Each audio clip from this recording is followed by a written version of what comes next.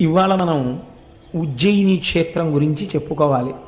అవంతికాయాం విహితావతారం ముక్తిప్రదానాయ చ సజ్జనానాం అకాల మృత్యో నివారణార్థం వందే మహాకాళ మహామరీశం.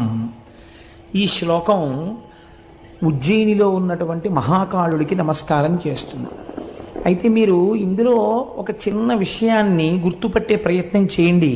ఇందులో అంటారు ముక్తి ప్రదానాయ చ సజ్జనానాం, సజ్జనులకు ముక్తినిచ్చువాడా.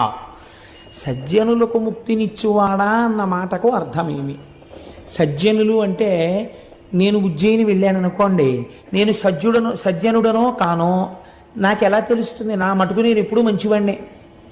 నాకు అయ్యో నా అంత మంచివాడి దేశంలో ఎక్కడుంటాడు, నేనే మంచివాడిని అనిపిస్తుంది, ఎదుటి వాళ్ళందరూ చెడ్డవాళ్ళు అనిపిస్తుంది కదా. మరి ఏమిటి సజ్జనుడు అన్న మాటకు అర్థం అసలు? అంటే మీరు